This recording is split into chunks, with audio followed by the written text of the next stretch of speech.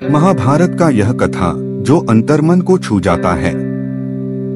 महाभारत युद्ध समाप्त हुआ तो युद्ध भूमि में चारों ओर बिखरे हुए थे योद्धाओं के टूटे शास्त्र, टूटे हुए रथों के चक्के, छज्जे आदि, और वायुमंडल में पसरी हुई थी एक घोर उदासी। गिद्ध, कुत्ते, सियारों की उदास और डरावनी आवाजों के बीच उस निर्जन हो चुकी उस भूमि में द्वापर का सबसे महान योद्धा देवव्रत अर्थात भीष्म पितामह शरशया पर पड़ा सूर्य के उत्तरायण होने की प्रतीक्षा कर रहा था अकेला। तभी उनके कानों में एक परिचित ध्वनि शहद घोलती हुई पहुंची। प्रणाम पितामह।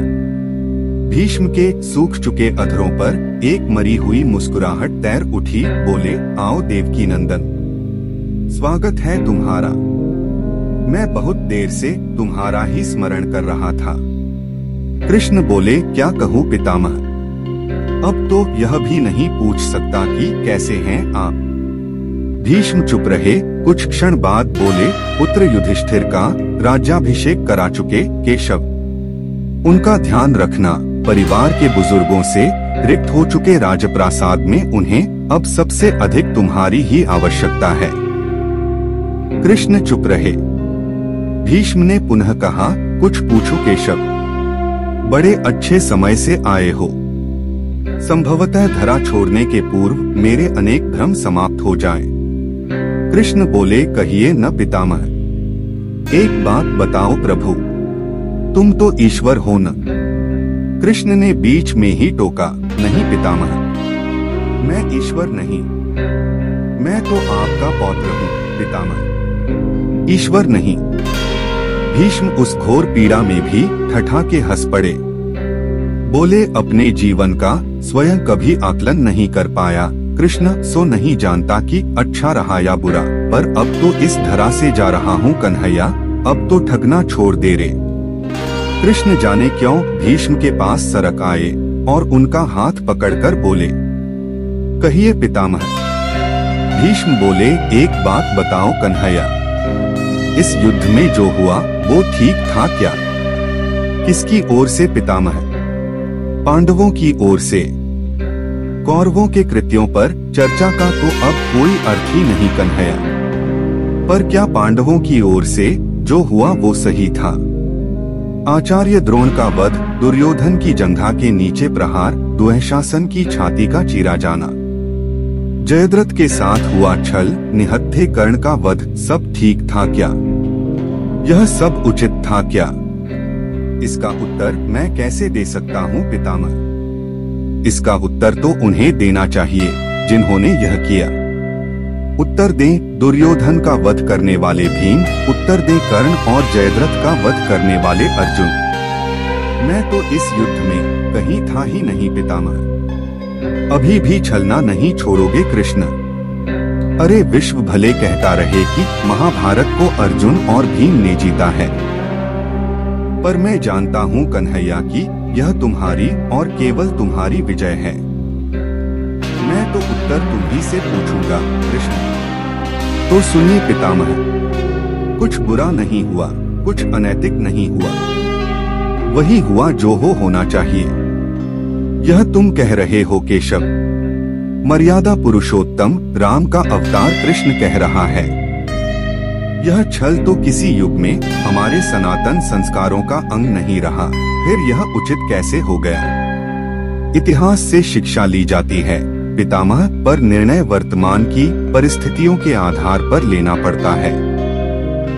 हर युग अपने तर्कों और अपनी आवश्यकता के आधार पर अपना नायक चुनता है। राम त्रेता युग के नायक थे, मेरे भाग में द्वापर आया था। हम दोनों का निर्णय एक सा नहीं हो सकता पितामह। नहीं समझ पाया कृष्ण? तनिक समझाओ तो। राम और कृष्ण की परिस्थितियों में बहुत अंतर है पितामह। राम के युग में खलनायक भी रावण जैसा शिव भक्त होता था। तब रावण जैसी नकारात्मक शक्ति के परिवार में भी विभीषण जैसे संत हुआ करते थे।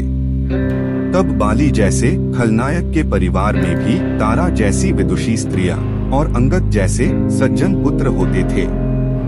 उस युग में खलनायक भी धर्म का ज्ञान रखता था, इसलिए राम ने उनके साथ कहीं छल नहीं किया। किंतु मेरे युग के भाग में कंस, जरासंध, दुर्योधन, दुःशासन, शकुनी, जयद्रथ जैसे घोर पापी आए हैं। उनकी समाप्ति के लिए हर छल उचित है पितामह। पाप का अंत आवश्यक है पितामह, वह चाहे जिस विधि से हो। तो क्या तुम्हारे इन निर्णयों से गलत परंपराएं नहीं प्रारंभ होंगी केशव? क्या भविष्य तुम्हारे इन छलों का अनुसरण नहीं करेगा? और यदि करेगा तो क्या यह उचित होगा? भविष्य में तो इससे भी अधिक नकारात्मक आ रहा है पितामह। कलयुग में तो इतने से भी काम नहीं चलेगा। वहाँ मनुष्य को कृष्ण से भी अधिक कठोर होना होगा, नहीं तो धर्म समाप्त हो जाएगा। जब क्रूर और अनैतिक शक्तियाँ सत्य एवं धर्म का समूल नाश करने के लिए आक्रमण कर रही हों, तो नैतिकता अर्थहीन हो जाती है पितामह। तब महत्वपूर्ण होती है विजय, केवल विजय। भविष्य को यह सीखना ही होगा पितामह। क्या धर्म का भी नाश हो सकता है केशव? और यदि धर्म का नाश होना ही है तो क्या मनुष्य इसे रोक सकता है? सब कुछ ईश्वर के भरोसे छोड़कर बैठना मूर्खता होती है पितामह। ईश्वर स्वयं कुछ नहीं करता, केवल मार्गदर्शन करता है। सब मनुष्य को ही स्वयं करना पड़ता है। आप मुझे भी ईश्वर कहते हैं न? तो बताइए न पितामह, मैंने स्वयं इस युद्ध में कुछ किया क्या? सब पांडवों को ही करना पड़ा न? यही प्रकृति का संविधान है। युद्ध के प्रथम दिन यही तो कहा था मैंने अर्जुन से, यही परम सत्य है। भीष्म अब संतुष्ट लग रहे थे। उनकी आंखें धीरे धीरे बंद होने लगी थी। उन्होंने कहा, चलो कृष्ण, यह इस धरा पर अंतिम रात्रि है। कल संभवतः चले जाना हो। अपने इस अभागे भक्त पर कृपा करना कृष्ण। कृष्ण ने मन में ही कुछ कहा और भीष्म को प्रणाम कर लौट चले। पर युद्ध भूमि के उस डरावने अंधकार में भविष्य को जीवन का सबसे बड़ा सूत्र मिल चुका था। जब अनैतिक और क्रूर शक्तियाँ सत्य और धर्म का विनाश करने के लिए आक्रमण कर रही हों, तो नैतिकता का पाठ आत्मघाती होता है। जय श्री कृष्ण। दोस्तों, हमारे साथ जुड़े रहने के लिए वीडियो को लाइक और चैनल को सब्सक्राइब करें। धन्यवाद।